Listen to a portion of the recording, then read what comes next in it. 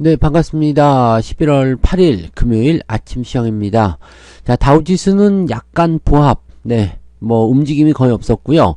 나스닥은 랠리를 이어갔습니다. 플러스 1.5% 상승 마감이 됐죠. S&P 500은 0.74 상승하면서 나스닥을 따라가는 모습입니다.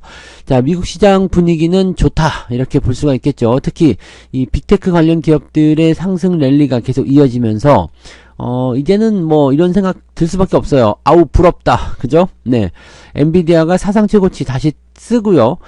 그 다음에 테슬라는 추가 상승을 더 이어갔습니다. 물론, 상승의 폭은 조금 줄어들었기 때문에, 아마도 이제, 점점점, 이제, 단기 고점에 따른, 차익 실현이 또 따라올 수 있을 것이다 판단되긴 합니다. 자, 그렇지만, 일단 분위기가 계속 좋게 밀고 넘어가게 된다면, 상승 흐름은 더 이어질 수 있지 않을까 보여집니다. 여기다가 연준은 0.25% 금리 인하까지 또 단행을 했죠. 그래서, 일단 미국 쪽은 좋은 분위기가 계속 형성이 되고 있어서 당분간은 그들을 막을 수 없는 것 아닌가, 이런 생각도 들기도 합니다. 자, 뉴스 바로 넘어가 볼게요. 자, 이제 가장 중요한 부분 중에 하나가 뭐냐면 이 금리 인하와 같은 그런 부분들이고, 또 파월의 거취였죠. 트럼프가 사실은 파월을 별로 좋아하지 않았잖아요. 네, 좋아하지 않았는데, 지금 파월은 사퇴를 요구하더라도 나는 계속 할 거야! 이렇게 얘기해버립니다. 자, 일단 트럼프가 집권을 하면서 북적북적, 자, 빅테크 치고 올라가는 모습이었는데, 자, 가장 걱정되는 것이 뭐였냐면, 금리 인하를 멈추는 거 아니냐라는 생각이었죠. 왜냐면 파월을 잘라버릴 수도 있다, 이런 걱정들이 있었거든요. 그런데, 네, 파월은 사퇴를 요구해도 나는 사퇴하지 않을 것이다.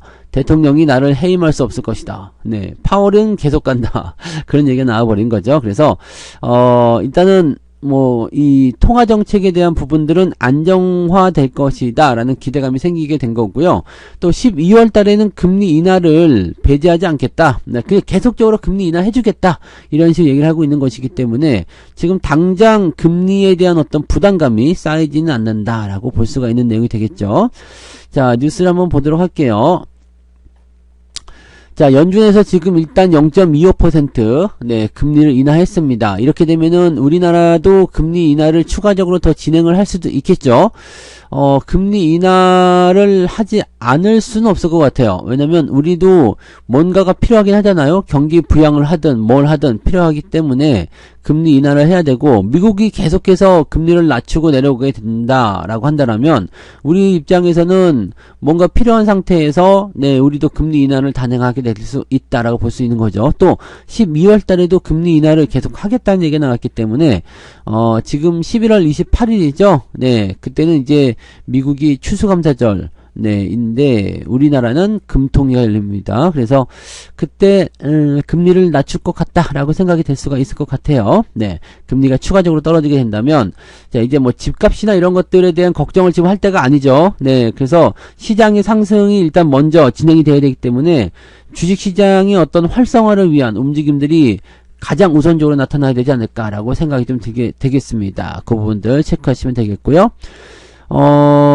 지금 트럼프 효과를 계속 이어가고 있다, 이런 식의 얘기들 나오고 있어서 전체적으로 보면 기술주들의 상승이 계속 이어지고 있는 모습이 좀 있었고, 그 부분들은 긍정적으로 생각이 될 수 있습니다. 아마존도 지금 사상 최고가, 그 다음에 지금 보면 비트코인이 약간 숨고르기에 들어가 있지만 이더리움 등 코인은 급등세를 보이고 있다, 이런 부분들. S&P 500 나스닥 최고치를 찍고 있다. 네, 엔비디아는 사상 최고치다, 등등등. 그런 얘기들이 계속 나오고 있어요. 자, 이렇게 계속해서 올라가는 모습이 나오다 보니까, 네, 사실적으로 보면은, 미국장 생각하지 않았던 분들도, 야, 이거 진짜 미국 가야 되는 거 아니야? 우리나라 왜 이런 모양이야? 왜 이러는 거야? 이런 생각 계속 들 수밖에 없을 것 같아 보입니다. 그죠? 빨리 이거 뭔가 해결하지 않으면 우리는 더 깊은 늪에 빠질 수도 있거든요. 이거 빨리 어떻게 좀 해줘야 될 텐데, 조금, 네, 아쉬운 부분이네요. 그죠? 네. 자, 수출로 먹고 살았는데, 자동차나 2차 전지주는 어떡하나. 자동차는 사실 그렇게까지 큰 문제는 없을 것 같아 보이지만 2차 전지는 문제가 굉장히 클 것 같죠. 자, 무역 분쟁, 관세 폭탄, IRA 폐기. 이 무역 분쟁과 관세 폭탄은 그렇다 치더라도요, 이 IRA를 폐기하는 이 부분에 대해서는 굉장히 2차 전지는 타격을 입을 수 있습니다. 특히 전기차 관련한 부분들이기 때문에, 전기차 관련해서 보조금이 지원되지 않으면 배터리하고 2차전지는 일단 무조건 얻어맞고 시작하는 거거든요. 그러니까 그렇게 되면 부담감이 굉장히 클 수 있다는 것을 우리가 생각하셔야지 됩니다. 자, 우리는 굉장히 아쉬운 그런 성적표를 보여주고 그게 이제 우리는 그 시총 상위 종목군들이 대체적으로 수출과 관련되어 있기 때문이잖아요. 그러다 보니까 아무래도 이제 이런 무역 분쟁에 대한 우려감이나 또는 관세 여기에 대한 부분들이 이제 부담스럽다라는 얘기가 되는 거죠. 자, 우리나라는 대미 무역 수지가 444억 달러. 지금 우리가 좋아할 게 이게 아니야. 그러니까 중국과의 어떤 무역이 이제는 미국한테 뒤처져 있잖아요. 미국과의 그 무역 흐름이 굉장히 크게 발생을 하고 또 지금 우리나라의 가장 큰 수출 국가가 미국이 됐잖아요. 그러니까 중국은 좀 줄어들었고 미국은 좀 커지는 상황이 좀 됐어요. 그런데 이 상태에서 트럼프가 때리고 들어간다 이렇게 가버리게 되면은 네 수출과 관련된 부분에서의 부담감이 커질 수 있죠. 특히나 반도체, 자동차, 뭐 그 외에 뭐 조선도 있겠죠. 근데 그런 부분들이 전반적으로 이제 미국향 어떤 수출이 늘어나고 있었던 상태에서 관세를 매긴다? 조금 부담스러운 내용이 좀 될 수가 있겠죠. 그래서 그런 부분인데 여기서 가장 크게 부담을 가질 수 있는 것이 바로 이 IRA의 폐기를 통한 그런 압박이라고 보셔야 되겠죠. 그래서 실제적으로 보조금도 주지 않고 관세까지 때려버리게 된다면 수익성이 많이 줄어들 수가 있습니다. 물론 환율이 올라가면서 그 부분들을 어느 정도 상쇄시켜 줄 수는 있겠습니다만 조금 부담스러울 수 있겠죠. 자, 하지만 그래도 이런 IRA 폐기라든지 뭐 보조금 지원에 대한 부분들은 당장 일어나는 일은 아닙니다. 네. 트럼프가 집권은 1월 20일 날 합니다. 그러니까 이번 연도는 일단 넘어가는 거고요. 1월 20일 날 집권을 하더라도 이런 법안의 폐기나 이런 것들은 시간이 상당히 필요합니다. 또 관세를 부과한다라는 부분들도 어느 정도 시간이 필요하기 때문에 내년도 상반기 정도까지는 네, 실적적인 측면에서 그렇게 큰 문제는 없을 것 같아 보이긴 합니다. 근데 일단은 뭐 당장 괜찮다고 해가지고 좋은 건 아니잖아요. 그러니까 이런 부분들이 조금 애매할 수 있습니다. 그리고 미국 현지에서 직접적으로 제조하는 그런 방법들을 검토한다. 그러니까 이 반도체라든지 가전, 자동차 이런 것들은 미국 쪽에 그래도 공장을 많이 지어놓은 상태잖아요. 그러니까 이런 상태로 된다고 하면 뭐 나쁘지 않을 것 같아요. 네, 그래서 뭐 관세에 대한 부분들이 아주 크게 부담될 것 같지 않은데 가장 큰 문제는 이 IRA다라고 되어 있죠. 그래서 이 IRA는 2차전지 쪽에는 아주 직접적인 타격이 될 것 같고요.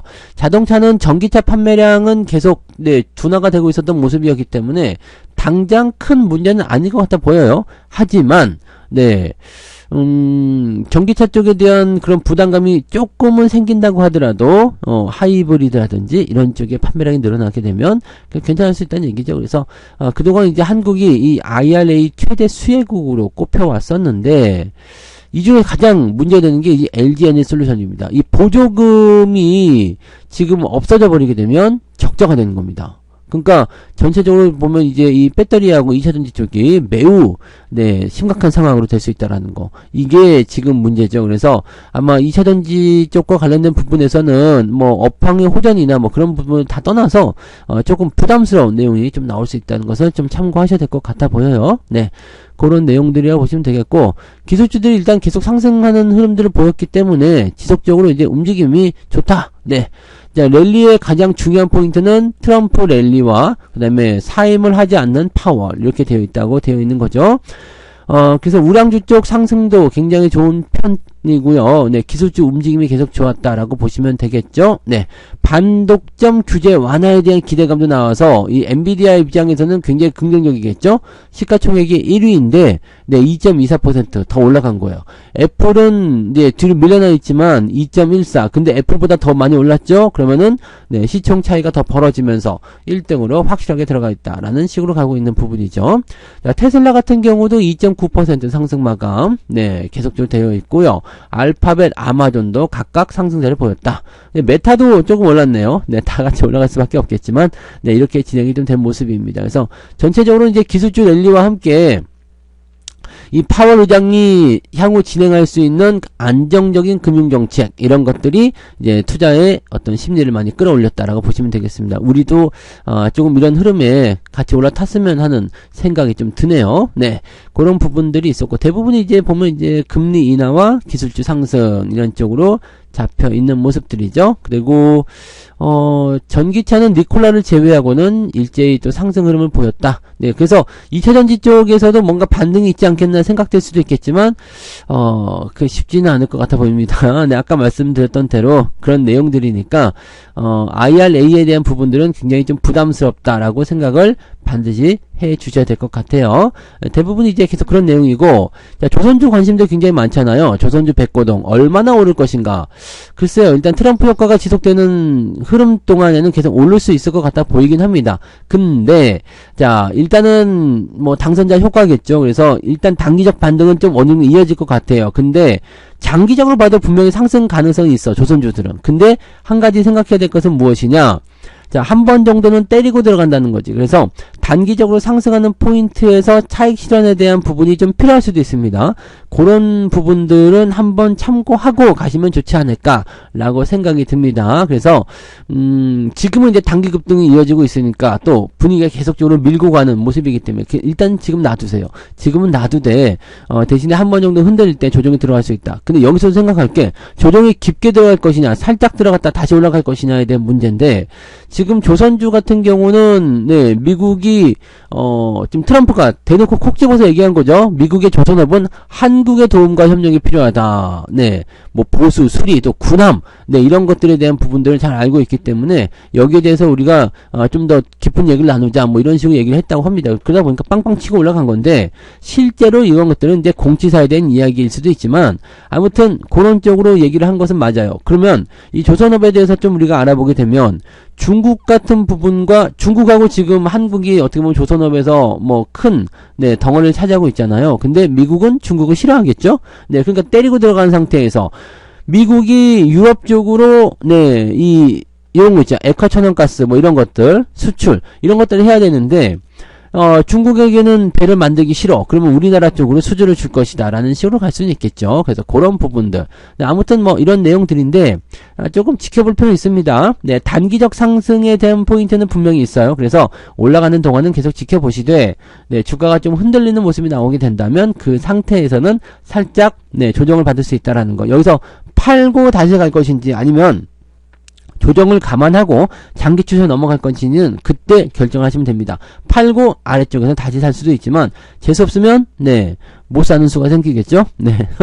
제가 현대중공업을 지금 가격대에 팔았거든요. 근데 가격을 조금 더 싸게 살려고 네, 하고 있다가 매수 타임을 놓치는 그런 상황이 벌어질 수 있기 때문에 이런 것들은 뭐 여유가 되시는 분들은 매도 없이 그냥 가시는 것도 괜찮을 것 같고, 타이밍 잡는데 어느 정도 그래도 내가 잘한다 이렇게 생각되시는 분들은 네, 좀 매도했다가 대응하시는 것도 나쁘진 않겠습니다. 네, 그 정도로 생각하시면 되겠고요. 뭐 지금 나쁘진 않을 것 같아 보여요. 그렇게 보시면 좋을 것 같습니다. 네.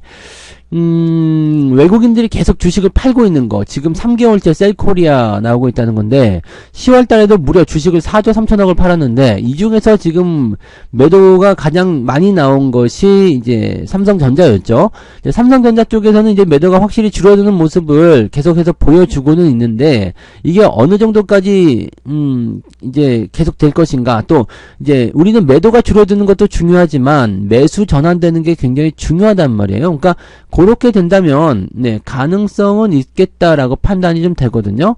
네, 그런 정도로 보시면 될 것 같은데, 일단 지금 현재로서는 외국인들이 상장 채권 쪽에 매수하게 되고요. 네, 이렇게 돼서 3개월 연속 순투자세를 보이고 있다. 그러니까 채권 쪽에 투자를 한다는 것은 뭔가 시장이 좀 불안합니다 라는 것에 대한 의미를 보여주는 내용이 되는 거죠. 그러니까 그런 식인데, 주식은 계속 팔고 있는 거예요. 코스피 주식은 4조 원 팔아먹었고, 코스닥 주식은 1,700억 매도했다. 그러니까 엄청 팔아먹네. 그죠? 지역별로는 유럽 투자자가 1조 9천억 순 매도를 했고요. 네, 미주 지역에서는 1,800억 정도, 중동도 네, 그 정도 매도했다. 그래서 유럽과 미주 지역에서 매도가 가장 많이 나왔다라고 되어 있는 부분입니다.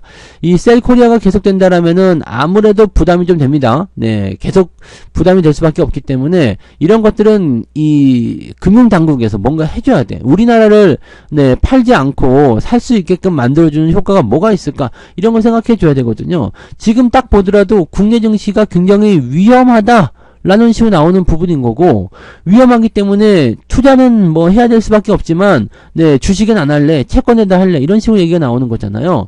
특히 시총 상위 종목군 또는 이제 무늬만 있었던 밸류업, 이런 정책적인 부분에서의 어떤 부담감도 계속 나타날 수밖에 없는 거잖아요. 또 한 가지는 뭐냐, 단기적으로 급등한 종목군들의 변동성 굉장히 크잖아요. 또 실적이나 이런 거 없이 그냥 막 밀어주면서 올라가는 거, 그런 것들 약간 테마성, 물론 이런 거는 어디에나 있습니다만 우리나라는 시총 상위 종목들도 그런 부분들이 있다는 얘기죠. 거기에다가 2차전지 또 뭐 그런 부분들 계속 나타날 수 있겠죠. 그래서 시장의 어떤 변동성에 자꾸 휘둘리고 또 정책적인 어떤 지원이 없고 이런 부분들 총체적인 난감입니다. 그래서 이런 곤란한 부분적인 내용들을 이제 조금 풀어주면 좋겠는데 지금 그럴 만한 여력이 있을는지 모르겠어요. 그래서 이 외국인들의 이런 그 셀코리아에 대한 어떤 지속성, 이런 것들은 시장에 상당한 부담감을 주고 있다, 이렇게 보셔야 될 것 같습니다. 자, 그럼에도 불구하고 네, 오늘 증시는 네, 조금 반등을 보이지 않을까 생각을 하고 있습니다. 일단 미국의 상승 포인트는 조금 둔화가 되긴 했습니다만 국내 증시 쪽에서는 금리 인하까지 떨어져서 이제 모든, 네, 진짜 모든 그 이벤트는 다 끝났다고 봐야 되겠죠. 네, 그래서 그런 상태가 됐으면 이제 뭐 누구를 중심으로 해서 올라갈 것인지 그런 것들만 정해지지 않을까 생각됩니다. 지금 현재 시점에서는 2차전지 네, 조금 떨궈질 수밖에 없기 때문에 그쪽에서 내려오게 됐을 때 거기서 빠져나오는 수급들을 누가 받아 먹을 것인가 라는 것도 보시면 되고, 일단 실적 좋고 분위기 좋다라고 볼 수 있는 것은 반도체 쪽이 조금 있지 않을까라고 생각되기 때문에 그쪽 기대감, 그 다음에 조선주 쪽 그쪽 움직임들이 좀 나오지 않을까 생각됩니다.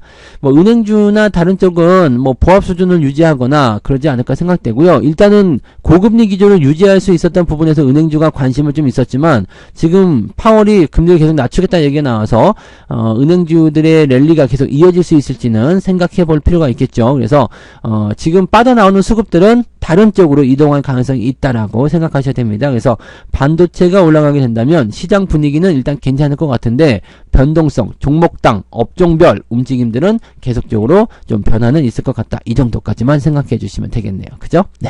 자, 그래서 오늘 아침 시간 여기까지 하고요. 오늘도 좋은 흐름들 기대하면서 조금 더 멀리 보고 투자하는 전략들, 또 이제 이번 주 지나가면 이제 네, 연말 랠리, 네, 연말 랠리를 또 산타 랠리까지 기대할 수 있기 때문에 그 기대감들을 가지면서 이제 가시면 되겠습니다.